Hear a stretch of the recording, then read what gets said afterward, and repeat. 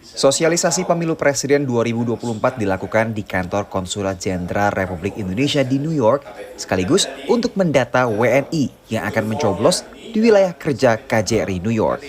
Sosialisasi, tapi sebetulnya lebih ke kegiatan coklit dari data pemilih tahun yang lalu dan juga data dari Kemenlu. Kemudian tentu saja di luar itu ada pemilih baru. Selain negara bagian New York, KJRI New York juga menangani pemilihan untuk WNI yang berada di 13 negara bagian, umumnya di pantai timur Amerika Serikat termasuk Delaware, Massachusetts, Pennsylvania, hingga Vermont. Di-scan, kemudian diklik, dan keluar formnya. Yang saya baru lakukan adalah pemindaian QR Code untuk bisa mendaftar di formulir daftar pemilih untuk Pilpres tahun 2024. Setelah saya daftar dan unggah paspor atau KTP saya secara online, nanti nama saya akan muncul di daftar pemilih tetap tahun 2023 pada bulan Juni ini. Setelah itu tinggal menunggu pengumuman untuk bisa melakukan pencoblosan. Ada 3 cara metode pencoblosan yang bisa dilakukan oleh para WNI di Amerika Serikat. Yang pertama adalah datang ke TPS seperti ke KJRI. Yang kedua ada TPS yang tersedia secara keliling. Dan yang ketiga bisa mendaftar atau berpartisipasi untuk mencoblos via pos.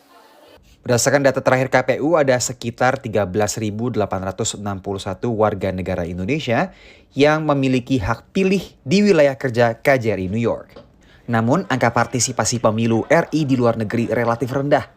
Capaian partisipasi pemilu tahun 2019 di wilayah kerja New York hanya sekitar 40%. Targetnya adalah 50% minimal. Dari hampir 14.000 WNI yang terdata dan punya hak pilih, di New York baru menerima sekitar 800 WNI yang mendaftar secara online.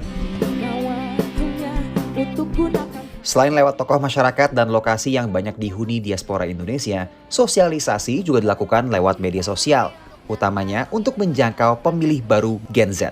Dan mereka kan sudah sangat high-tech oriented ya. Jadi kita memang akan perbanyak reach out-nya itu melalui media-media sosial. Sosialisasi juga sudah mulai dilakukan oleh panitia pemilu di Houston, Texas, melalui berbagai acara diaspora, termasuk acara keluarga di Masjid Istiqlal Houston. Kebetulan malam ini juga ada Family Night di Masjid Istiqlal Houston. Kemudian besok ada beberapa ibadah di gereja, kita juga melakukan pendaftaran pemilih.